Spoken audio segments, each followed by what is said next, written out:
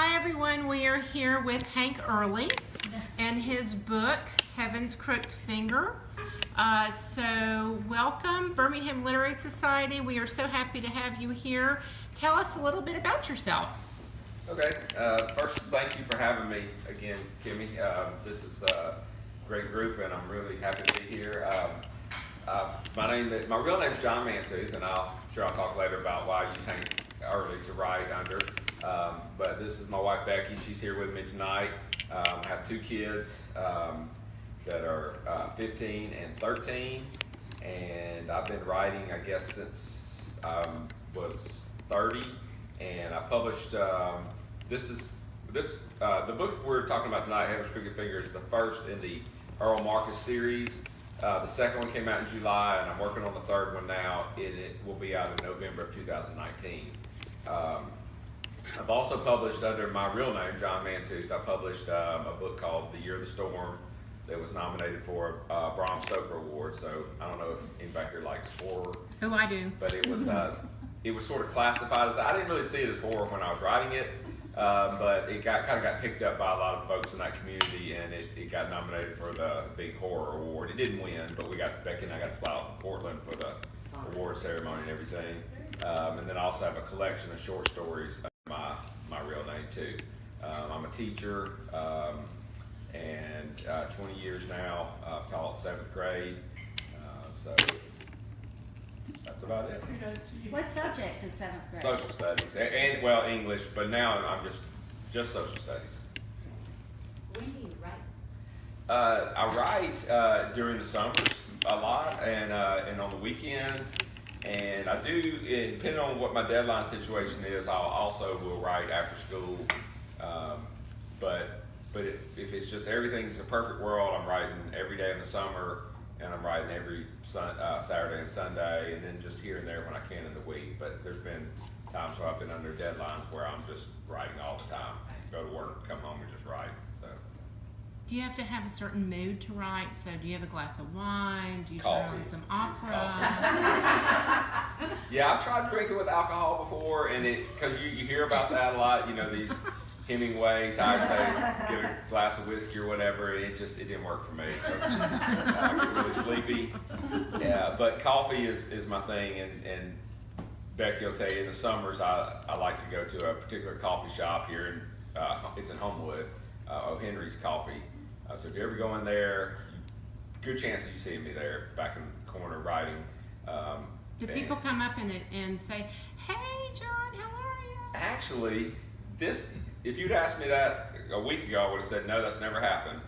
But the other day I was in there writing, and this lady said, "Oh my gosh," she said, "John," and I was like, I recognized her, but I was like, hey, and she said, "I love your writing," and I said, "Thank you," and she said, "You're John Archibald." And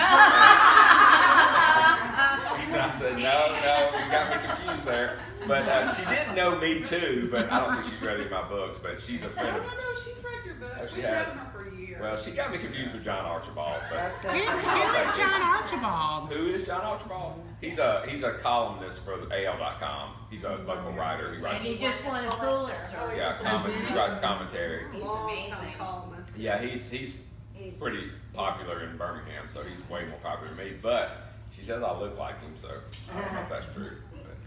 But, yeah, but no, ordinarily nobody knows who I am. Do you find that writing is like mining gold? That every now and again it's hard, and every now and again you hit a vein? Yeah, I think that's a pretty good way to describe it. And yeah, I mean, it sort of takes you over. yeah.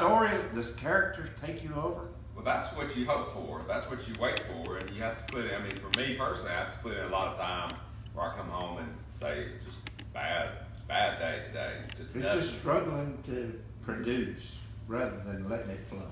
Well, I can always produce something, but sometimes, or a lot of times, it's just like I end up completely deleting it because it's not any good. Right. But that's just sort of my routine. Is I always go and sit down and try to write something. And but you're dead on. But sometimes the characters sort of take over and things just really start flowing, and that's when I'm happiest and feel things are are going well, and everything's right in the world. Yeah.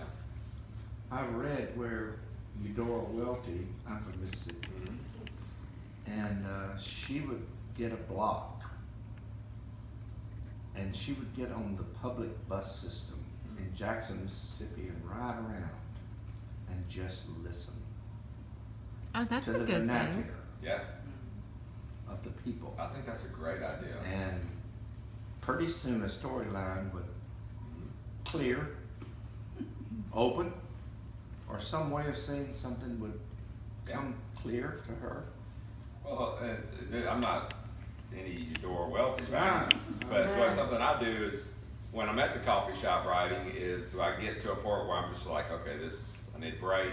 I just take a walk around the little area in downtown Homewood, and when I come back, then I'm ready to go again. And I've learned recently too to take days off. That was really hard for me. I'm sort of, she'll tell you, I'm sort of driven about this a little bit too much for what it's gained me, but that's just how I am. And I've discovered that if I take days off sometimes, even if I'm not enjoying the fact that I took a day off, the next day when I go back, I feel like I'm writing better.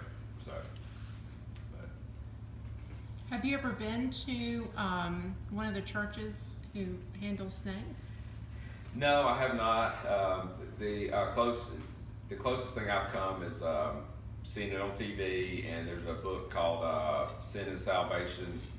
Salvation on Sandmount. That's not that Vicky book or Dennis whatever it is. Covington. UAB?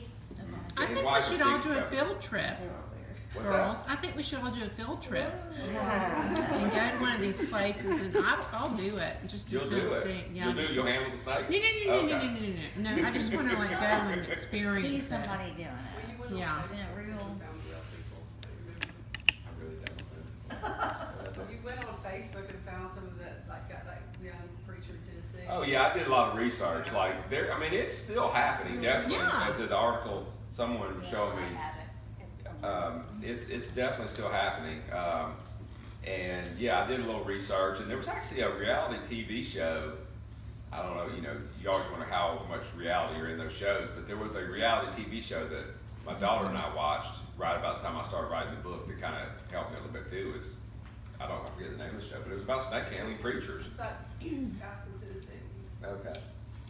So, but my experience with what I drew on in the book was my real experiences with my grandmother's church in Georgia.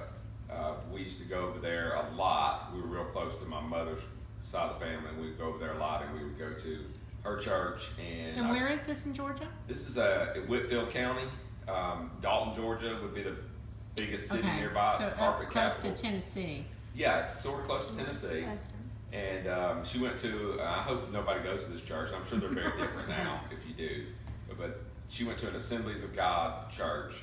And at the time, it was just really intense experience for me as a 5-6-year-old kid to go in there and just see this man that was just stomping on the stage up there and just screaming at everybody, telling them that they were going to hell. And I truly believed that as a 6-year-old kid. I truly believed, oh my gosh.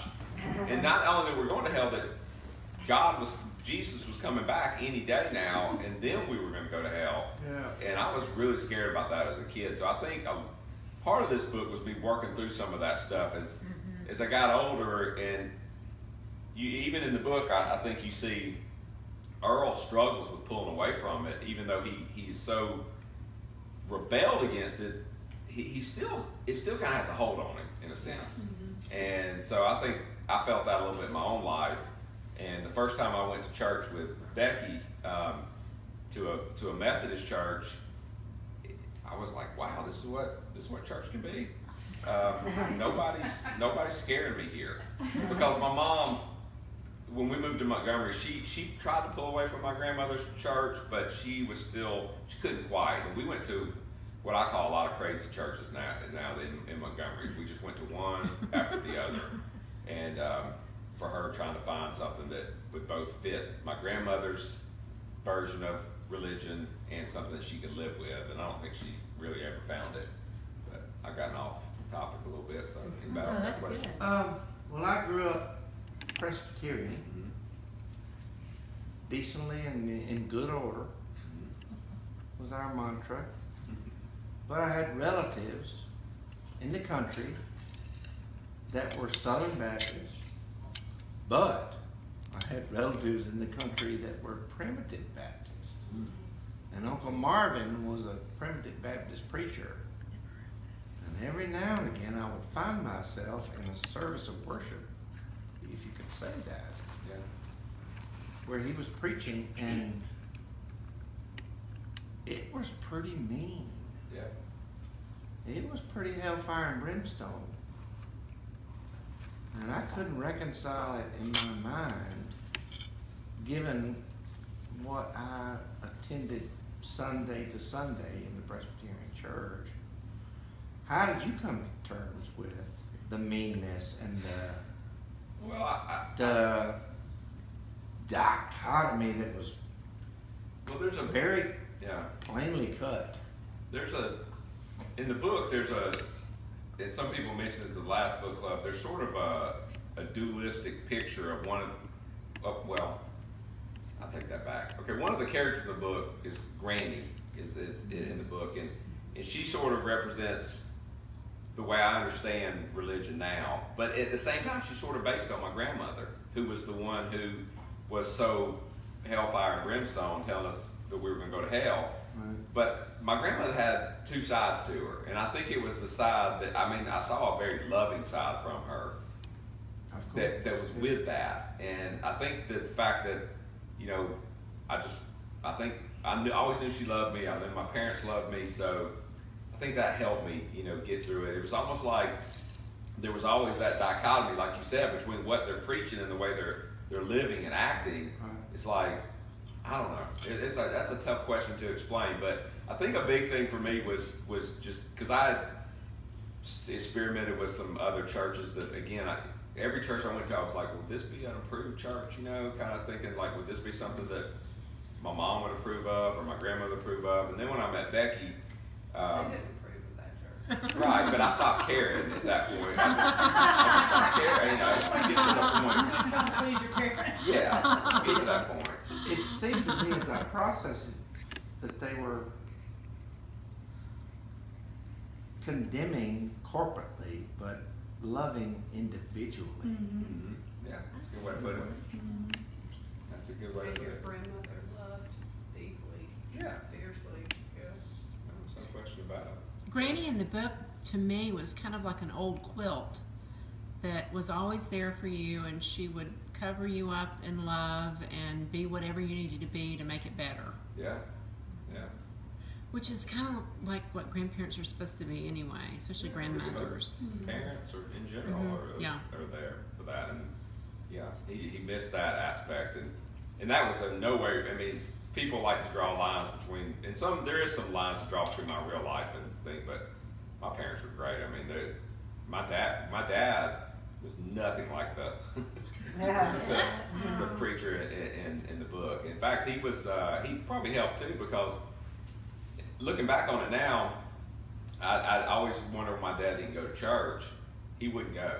And I think I understand now, because if I was an adult and that was my options, I wouldn't go either. So he never would go. And of course there was always that whispering, is he going to hell? Kind of like an evangelical pet rally.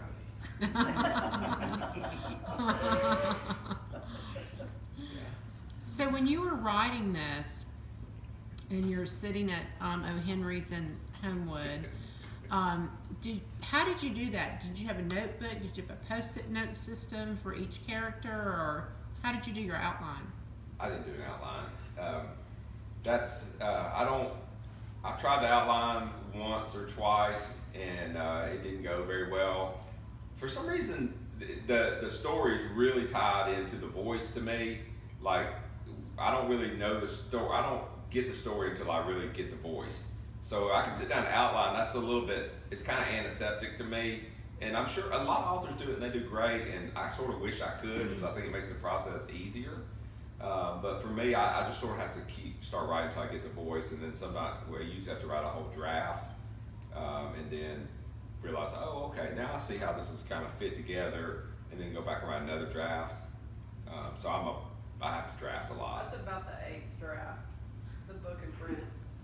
Yeah, that's a lot of drafts, because particularly with that one, we come off the failure of, I mentioned this earlier to somebody, my first book under John Mantooth, it came out under a big publisher. It came out under with Berkeley Books, which is through Penguin, and I thought I had just, I've made it, you know, I've got a major publisher, and everything I do now is going to be easy.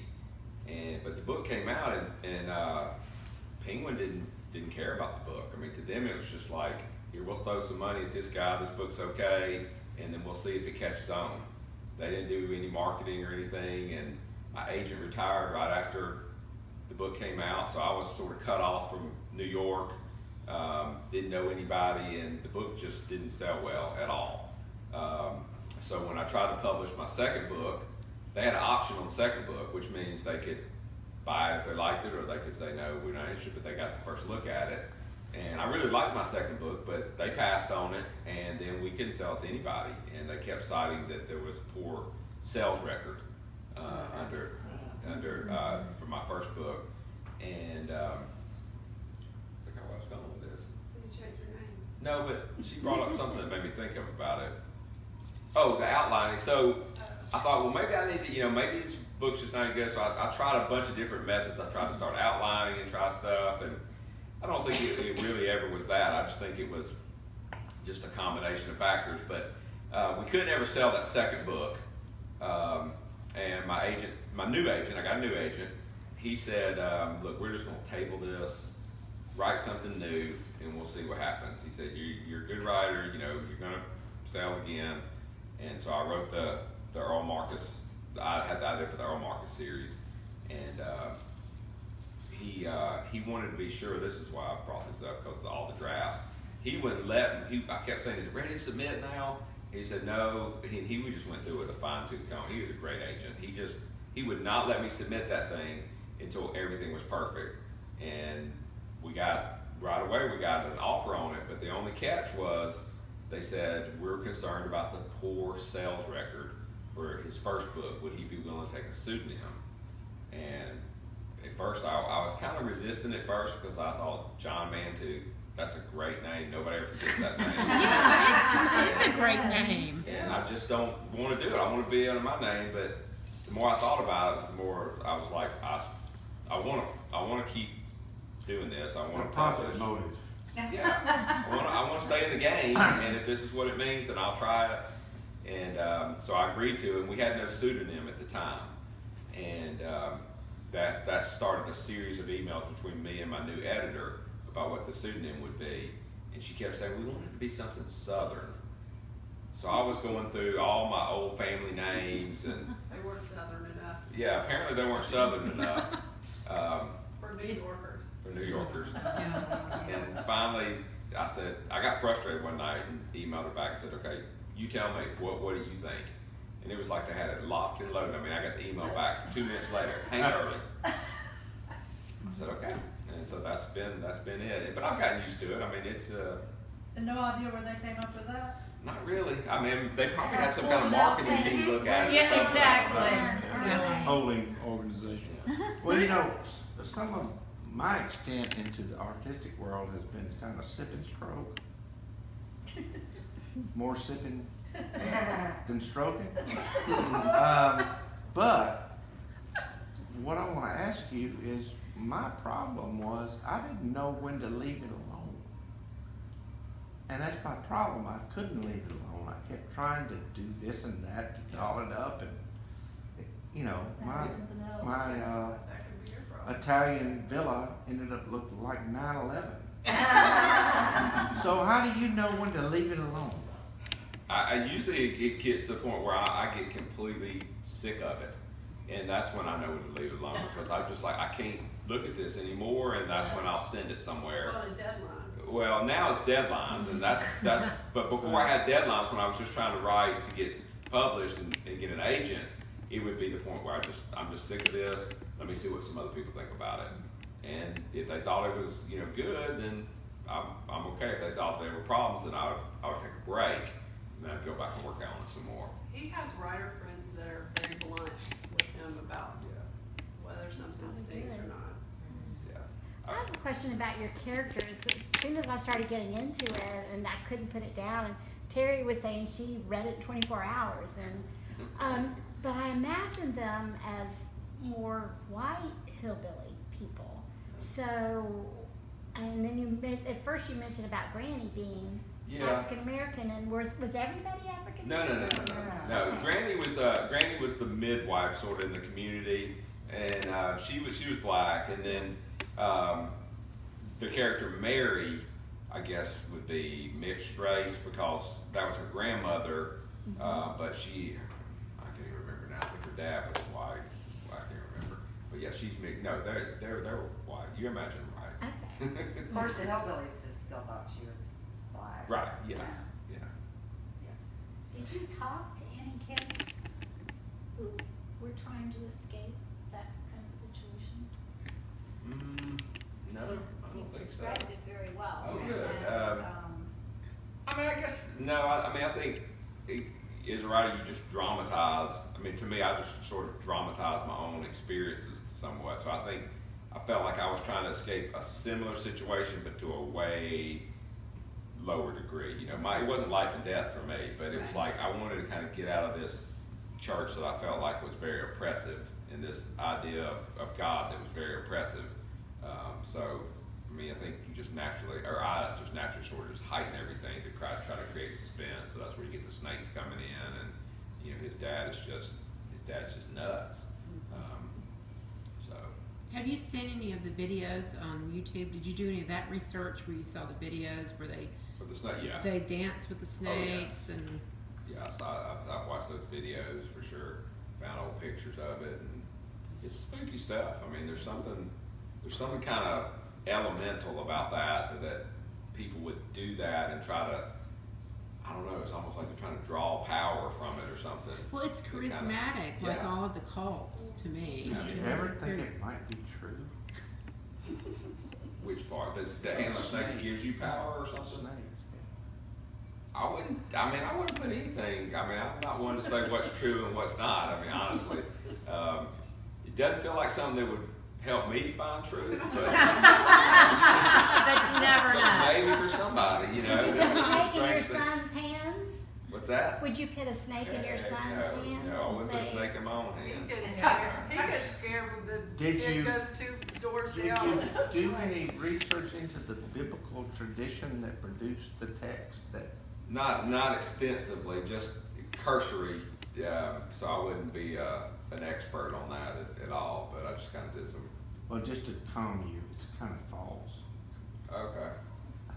I've heard it It's called kind the of- white voodoo though. So in voodoo, like in New Orleans, where they do a lot of the, chicken necks and turkey feet or whatever they use. White voodoo is supposedly where they do the snakes in church. Well, there's a scripture that talks about snakes and Mark. strychnine, so that's where they get that from. Mark. Right. Mark. And that's all I did. But it was- read the scripture. They think it was added Oh, really? later. What does it say in Mark about that? It's lifting up servants.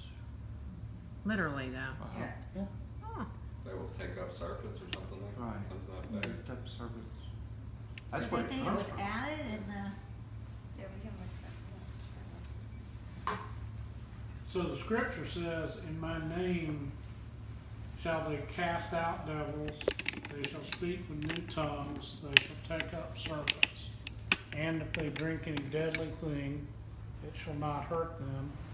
They shall lay hands on the sick and they shall recover. Yeah. That's from Mark, Gospel of Mark. Do you think they pick up all the other things, except for the poison? Do all those good things, Yeah. not the.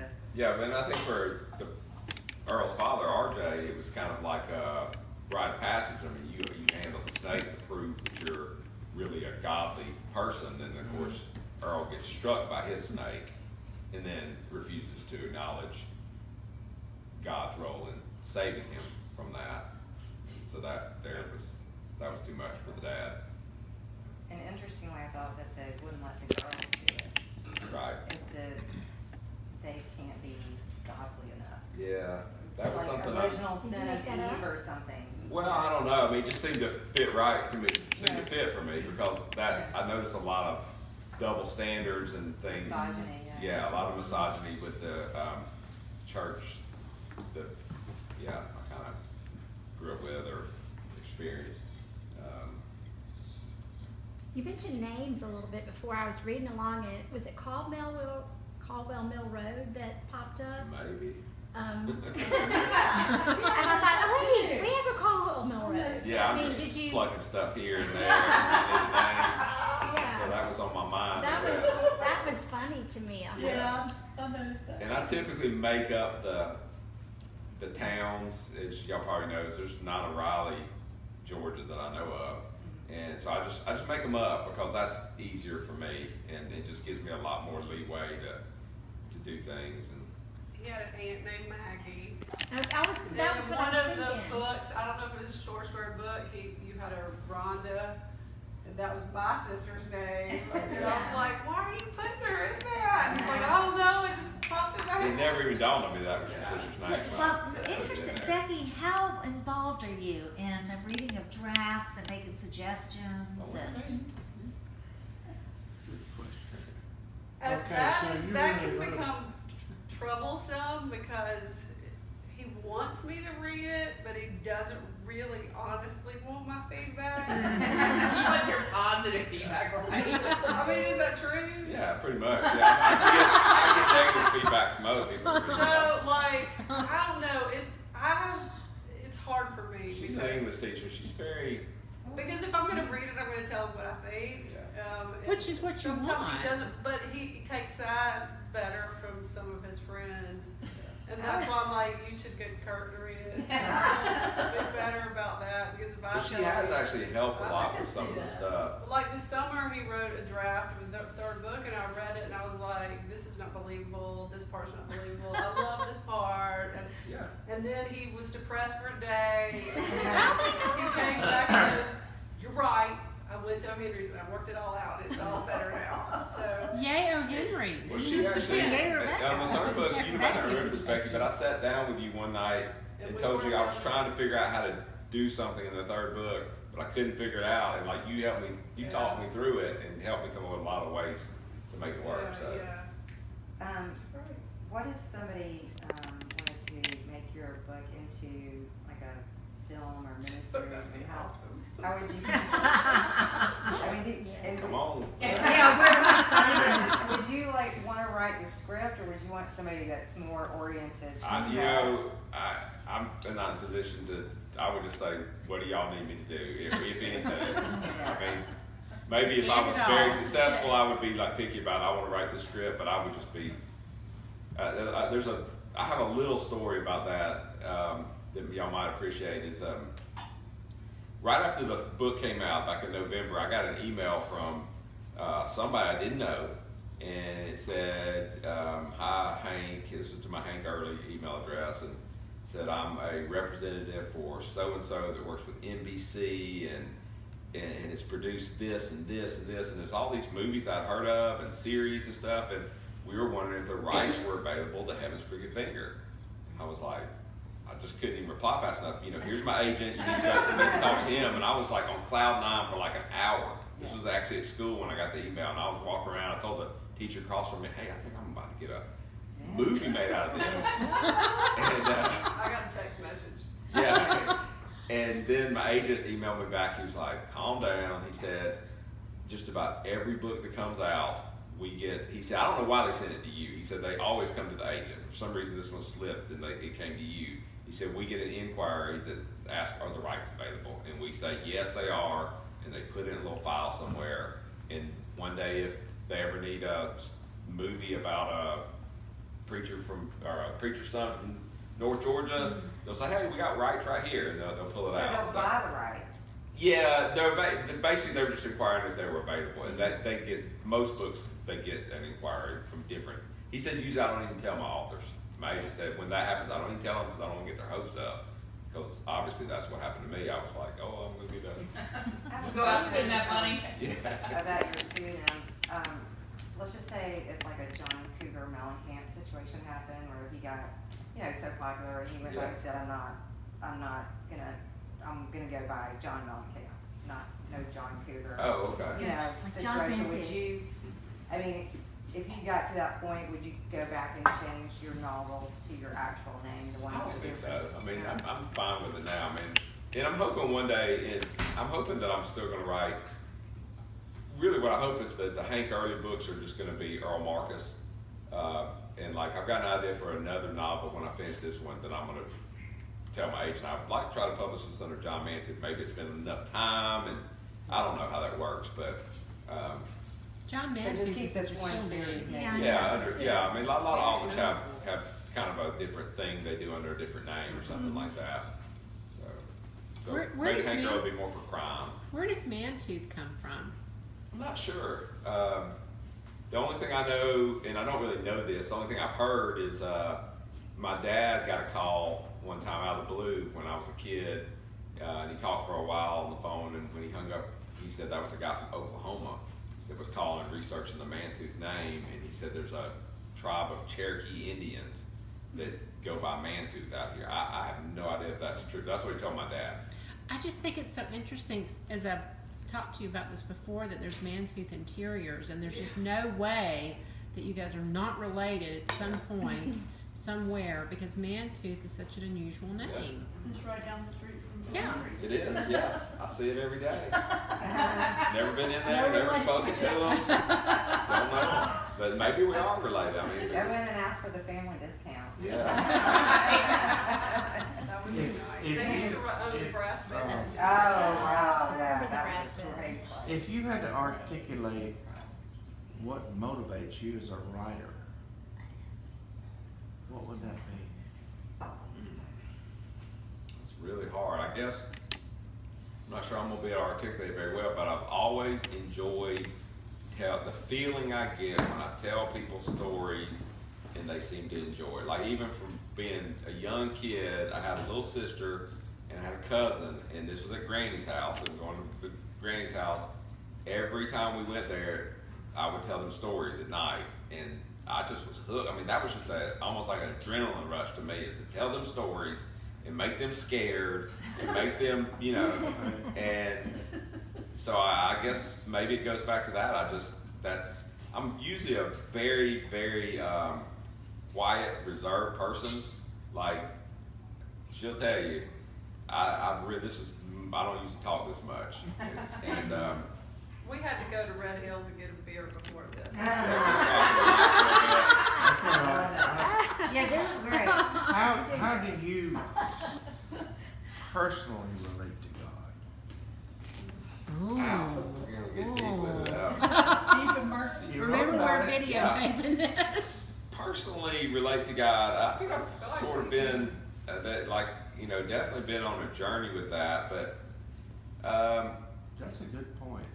yeah, I believe in God. I'll start there, I guess. I would call myself a Christian because I believe in Christ's message. Right. But I'm not one of these people. I would kind of back away from the whole heaven and hell thing a little bit. Me too. That even when I was a kid, that bothered me. I'm not saying there's not something after we're dead, but I just don't see I don't know. So to me, I think that's when I look at Scripture now as an adult, I don't necessarily see that being the main point of the message. I think that's kind of what's been taken to be the main point of the message sometimes, because that's an easier thing. But I see the main point of the message being what we do here in life, and then just let that take care of itself. I don't know. I think that's Christ's message, and then afterwards, the heaven and hell got a lot more, Yeah. because Jesus was Jewish, they really didn't talk about Yeah, they did. those things. No. So all that seems to have come at a later, and I'm not saying that it's wrong to believe that. No, I'm not I think either. people should believe whatever they want to believe. Yeah. you know, and that, because that's why we have so many different denominations and religions, is because people interpret things different ways, Yeah. and I think that should be okay. There should be a problem with that. I do The think book that helped me, I guess, the best with the heaven and hell thing was The Great Divorce by C.S. Lewis. Yeah, I never read that. I know C.S. You Lewis. should. He's great. I would recommend it. I've never heard of that. we try to teach our children that stuff's more metaphorical. Like when you were read that scripture about serpents, we would tell them that was a more metaphorical thing, and that's the kind of tradition I grew up in. That's what he was shocked about when he entered our church the first time. He was like, "Whoa, this is a like very different religion." But that's how we raise them, is that they're more metaphorical things than like literal things. So, And so just to back up, so you came from a Methodist yes, tradition. ma'am. Nice. Sorry. My religion is more shining happy people. Right. That's yeah. I grew up at Trinity Methodist in Howard. Okay. Oh yeah, that's a beautiful church. Scarlett, what were you gonna say? I Do you was going remember? to say that I thought the book did a very good job of illustrating how you can screw up your children by exposing them to, you know, intense religious ideals and ideas at a young age, and how you can really almost scar them for life. And that was an extreme example, but Right. there are less extreme examples everywhere. And then also the whole thing about it being a bit of a scam. You know, that he was really trying to do all this just to have power himself, and it wasn't really there wasn't really religious motivation behind that. You know, I think that's a problem that I've had with some religions that I've been exposed to, and I've never been to a snake handling service, but I have been to a Pentecostal service, and it was like a really old-timey, small Mississippi Pentecostal church where people were speaking in tongues and throwing themselves on the floor, and I was a pretty young person at that time, and it was very frightening. Yeah. And it was my boyfriend's grandparents that went to that church. Yeah. And they all seemed fairly normal until Yeah, that's this, and that's my I experience too. just couldn't help but feel like it was all just a total farce, Shut, that yeah. they just were this can't be something that they're experiencing in church that nobody else is experiencing. And it also seemed like, you know, one person kind of fed off of another person, and then pretty soon it's this whole chaotic thing. So, anyhow, but the book really reminded me of all those experiences. And that's exactly my experiences growing up. We're seeing those sort of things and feeling like, okay, either they're completely faking, or I'm going to hell because I don't feel any of this. Yeah. Right, You know, that was sort of the way I looked at Right. it, and it was not a pleasant place to go, because Right. I always felt like I was either going to go to hell, or I just was an outsider almost in being there. So yeah, And it's things like that I think have turned a lot of people, you know, off of organized Absolutely. religion, and Absolutely. gotten people away from church and from God, as specifically those kinds of things. There's a church in town, I won't mention the name, but my daughter went to their youth thing in high school, and they were all into like gifts of the Spirit, and they were really pushing these kids to speak in tongues. And so every week she would go, and they're like, "Have you spoken in tongues yet?" And she's like, Right. "No." And she just, you know, after a while said, "I feel so uncomfortable that if it's a gift and it's going to come to me, then why are they pushing this Right. on me?" Right. So Sonny I had had that same shared. experience. I had a friend that got into that, and he invited me to be in his wedding, and I accepted and went there.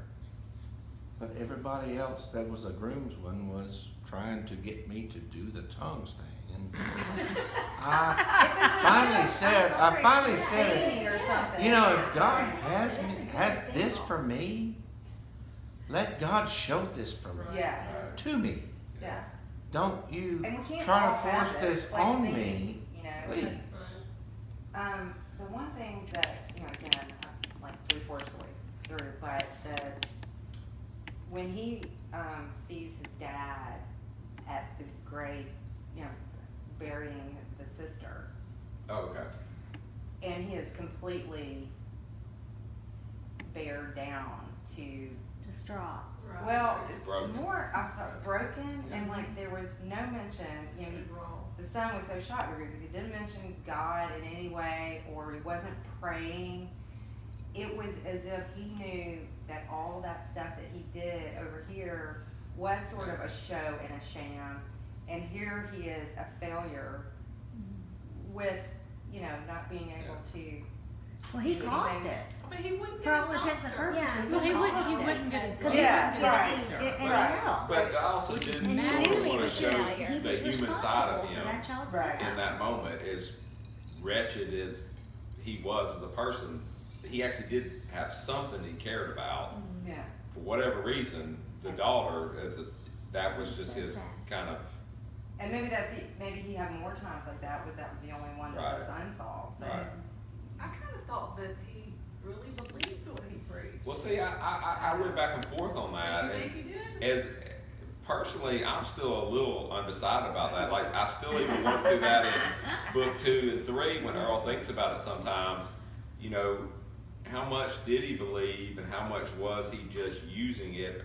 I think it was kind of like, But do you think the more it's easy to believe when you're getting something from it. When you're the getting more power power from it. he got, the more Well, he was a- adulation they got, he was the a true more he narcissist, added though. to Yeah, it. a true Yeah. narcissist. Yeah. Oh. The ending will put that all. So you're Okay. saying it's part of his personality? No, he was a true narcissist in every way, Yeah. shape, or Yeah. form, And he loved and that's how power. other charismatic cult leaders begin. You know, they really believe, you know, oh my God, I'm so great, and all these people are following me because of me, and so they begin to believe all their BS, and they just kind of shine on their own, or they think they do. But I think at some level they really do know that.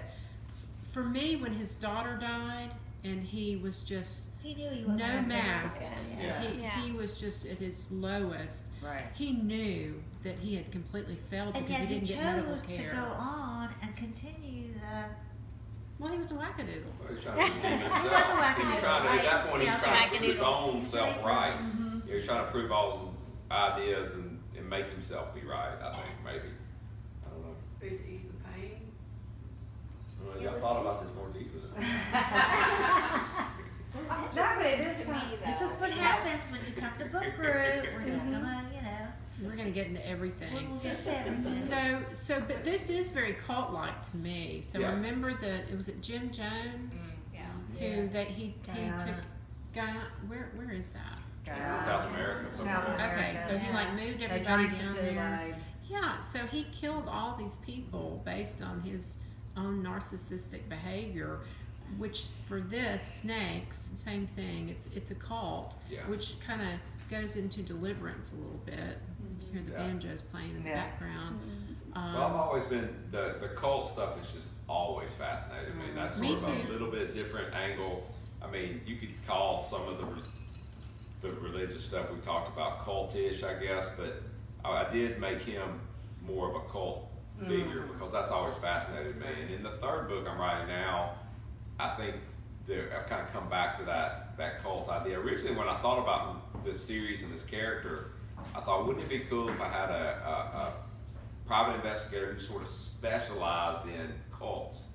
And that didn't really become the character, but at the same time, I think that is sort of what he's drawn to as a character, is like, because he has the personal experience with his dad, so he's drawn to cases and people who are involved in that. And so in the third book that I'm writing now, he kind of gets drawn into another weird kind of cult, I guess you could say. So tell us briefly about the book that got classified as a horror. Oh, okay. That's called The Year of the Storm. We brought a copy. Yeah. I've got it. Okay. It's out of print now. It's That's one of that was actually a good You thing can for pass us it around, right? because we have the rights back to the book now, Okay. which means we actually were really close to getting it published again with a different publisher, and then the editor that liked it left and went to another publishing house. And anyway, but I may actually, I've never self-published before, but I've almost considered self-publishing it again just to get it back out there. I like the encourage you book. to do it. I like the book, And it's about a kid in Alabama, rural Alabama, whose mother and his little sister go missing one day during a thunderstorm because the little sister has autism, and there's something with her in storms. Whenever storms come, she sort of freaks out. And so she basically kind of took off into the woods behind their house, and the mother followed her, and the kid, Danny, was at home, and they just never came back. And you know how it goes. The police, they're baffled. There's no trace of them, that sort of thing. And months go by, and the book kind of opens with that as a backstory. And Danny, the kid, notices a man's been hanging around his house. It's sort of an old, gruff-looking character. He's always outside smoking at night. And Danny wakes up, and he looks out his window and sees the guy out there smoking, but he never says anything or comes to the door. But one night, Danny decides to go out and kind of hide and approach the man and see what he's doing. And when he approaches the man says, I know where your mother and sister are. And so that kind of, the book sort of takes off from there, because Danny has to decide if he can trust this old man, or if possibly this old man may be the reason that his mother and sister are missing to begin I like with. the X-Files. Yes, and it actually, I'll go ahead, because some people who read the book, some of the reviews were disappointed because they didn't know and they don't like. This book has a little bit of supernatural in it. So if you don't like that kind of stuff, it's probably not your book. But it's sort of it's been classified as Southern Gothic. Ooh, I like that. Southern Gothic. It's elements of mystery and crime too, because in finding the mother and sister. But Southern Gothic. Have you thought about doing anything ghostly?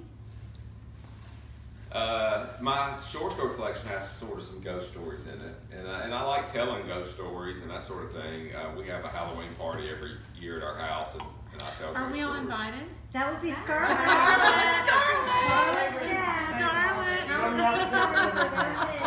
Halloween is our favorite holiday. Our entire house is packed with a bunch of kids. Yeah, it's mostly kids, so be And aware of that. neighborhood people. And so this year it will be, oh my God, those are the people from book club, but they just won't leave. Oh my God. It's usually really fun. Your worst nightmare.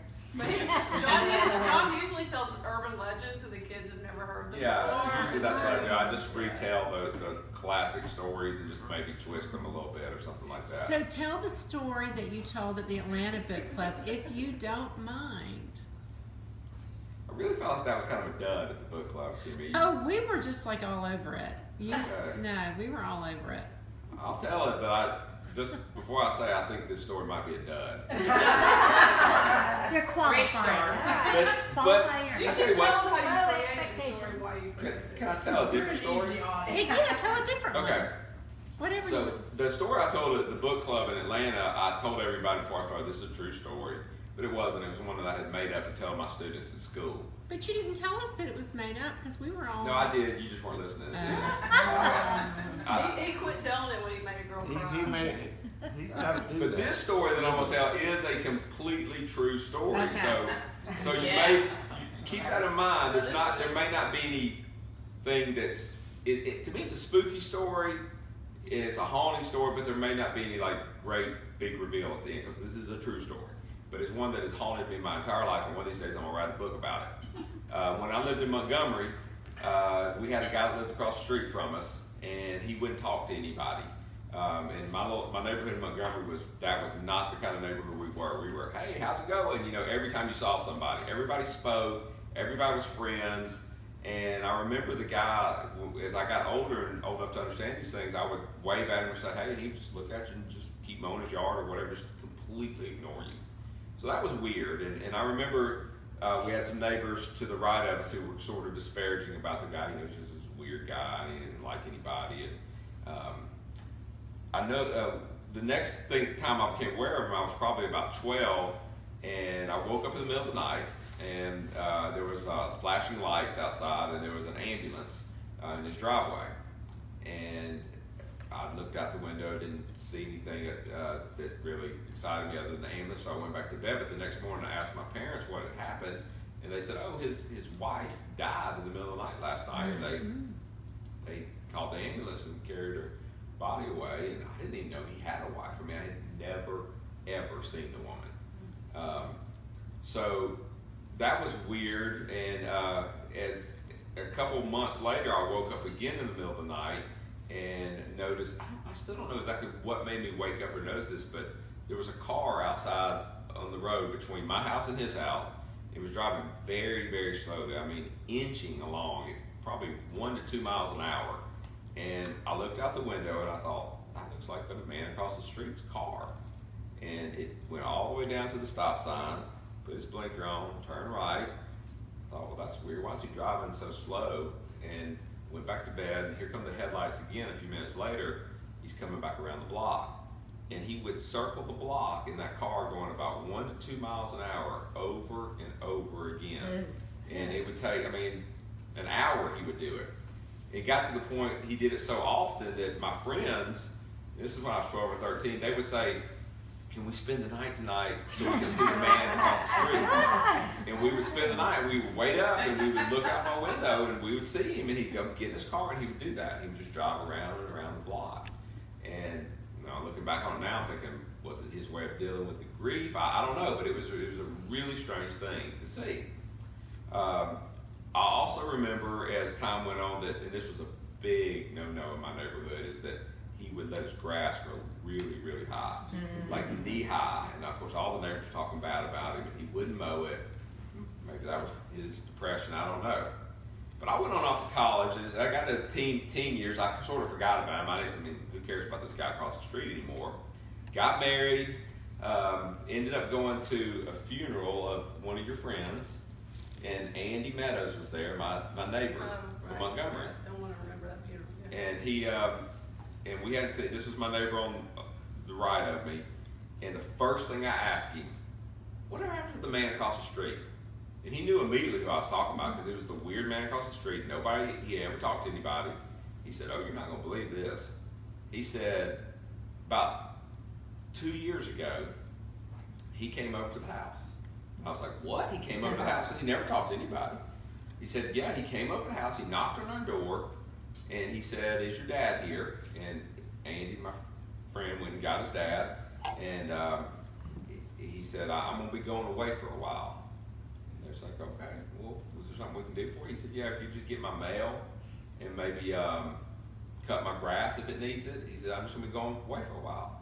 And they said, well, when do you think you'll be back? He said, I don't know. And he said, that was 2 years ago. He hasn't been back since. We've got a trash can full of his mail that we keep out behind the house. And he said, Dad goes there and mows his yard every couple months. And that's the end of it. So to me, I've just always wondered what that man's story was. What his, and one of these days, I want to write that book about why he did what he did and what was his relationship with his wife and where he went. Have you Googled him? I don't know his That's the name. first thing I thought. Well, it's got to be on the mail. Well, I have to get back in touch with Andy, I guess. Yeah.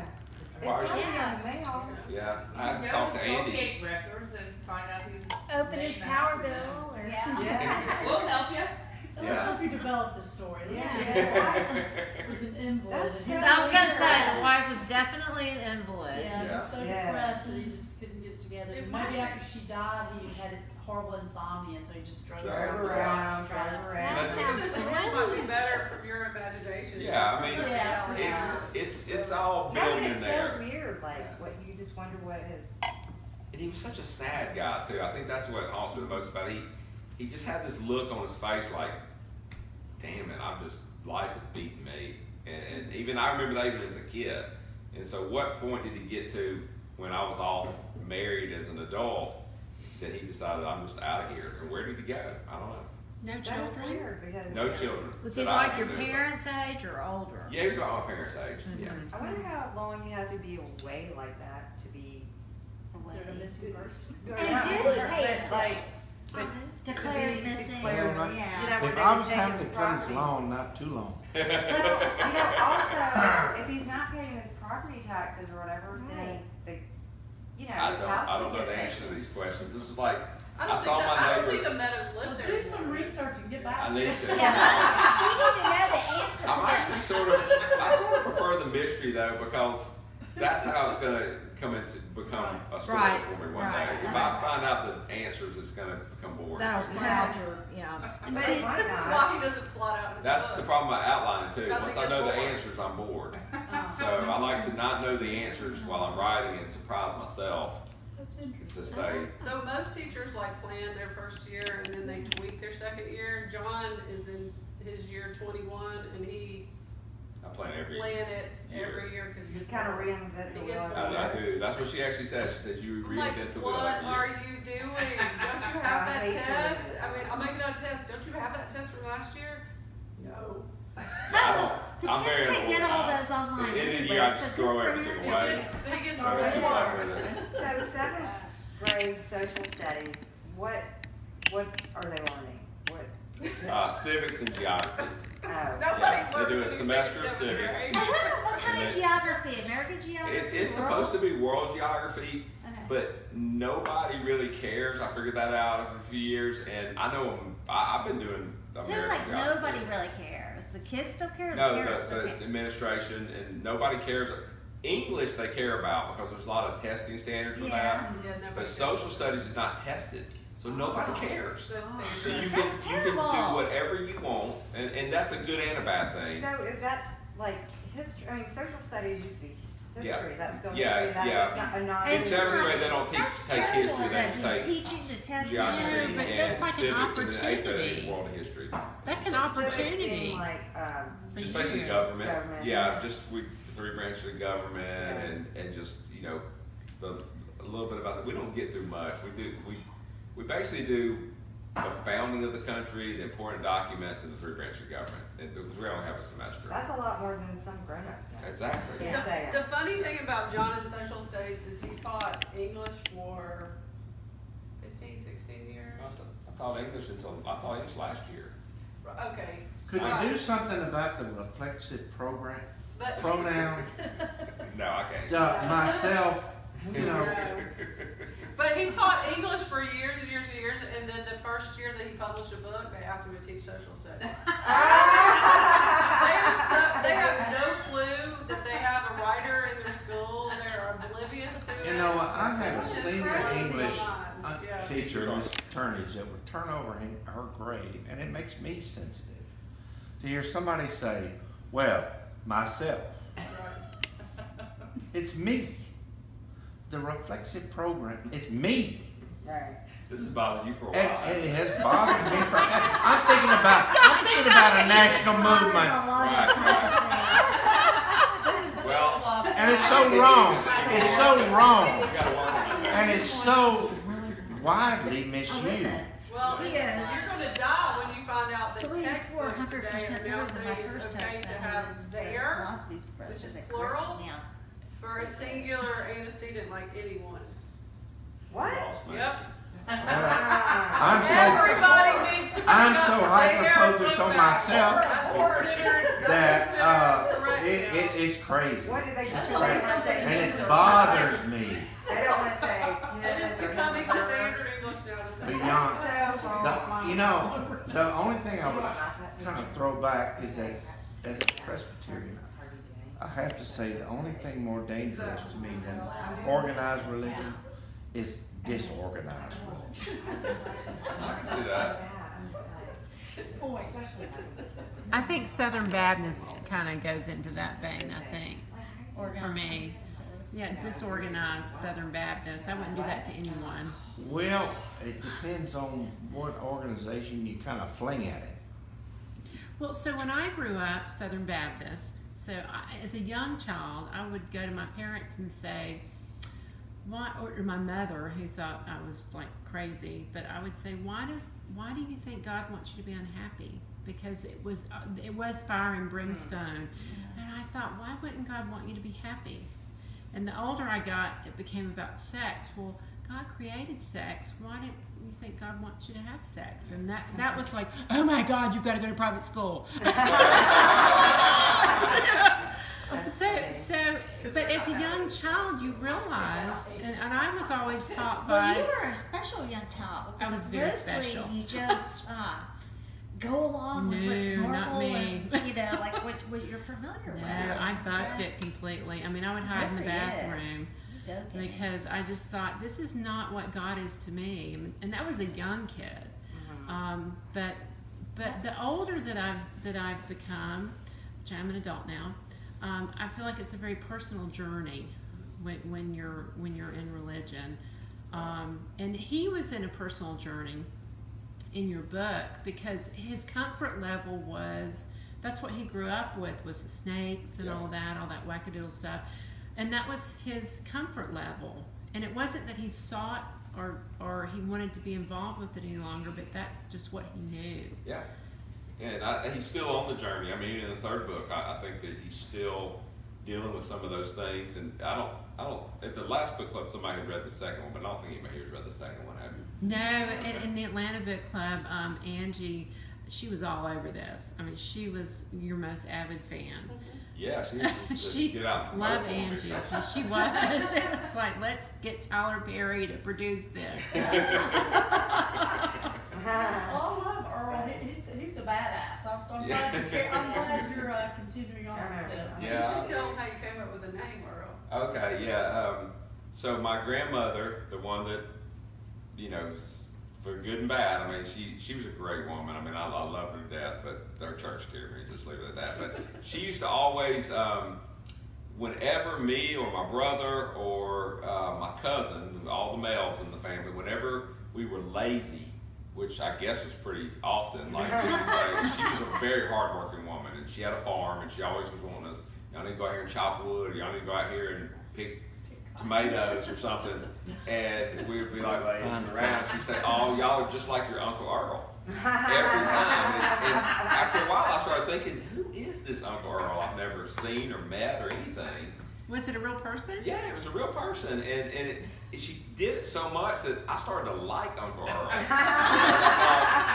Well, Just like You were like he him. couldn't be so bad, you know. We were just like Uncle Earl. Did you ever meet him? I did finally meet him one I time. was there with you when we met. I think so, and it turns out that Uncle Earl was in Korea and got frostbite and couldn't even hardly walk anymore, but he was But still she thought he was lazy. lazy. Oh my God. He was so lazy. According to her definition. According to Granny's definition. Brother or something? No, He had, it was like, toes cut my off. grandfather's Oh, brother. okay. I forgot he had the toes cut off. Yeah, that's what he got the frostbite. He had the toes cut off. So he couldn't hardly walk, but he was Yeah. like, because he, I don't know, but and then the Marcus part is from my dad's side of the family, and that's not as good a story. My dad's side of the family really You're on video. was normal, is what I was gonna say.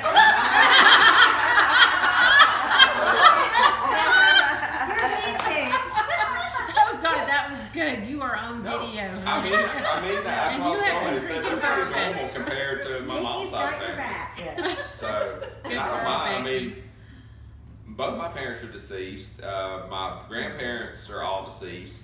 Yeah. So you're safe.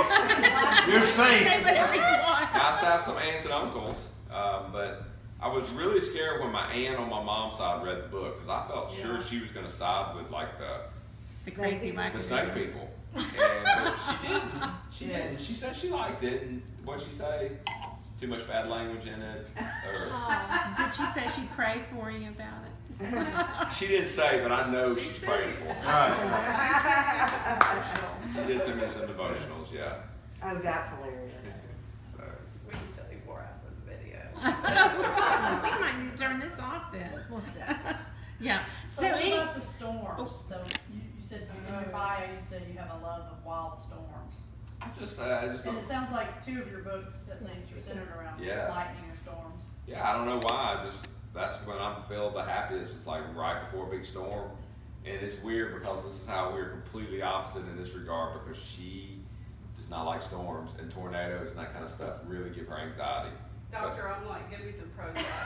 I'm Maybe it's the I love storms, uncontrollable you know, I nature love hurricanes and tornadoes. of the but I storm. love John gives me a one. good thunderstorm, lightning I like storm. sitting out my screaming. Yeah, As long as the rain isn't coming in, then I just love it. I get a charge from. Oh, I do too. I love being at the beach when a storm's coming in. I can see it across the They're water. the best.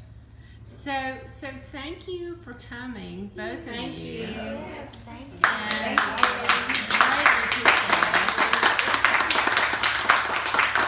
and we look forward to your next books. And reading the second one. Right. Yeah. And we're going to turn Absolutely. this off so we can talk and nobody will know what we're saying.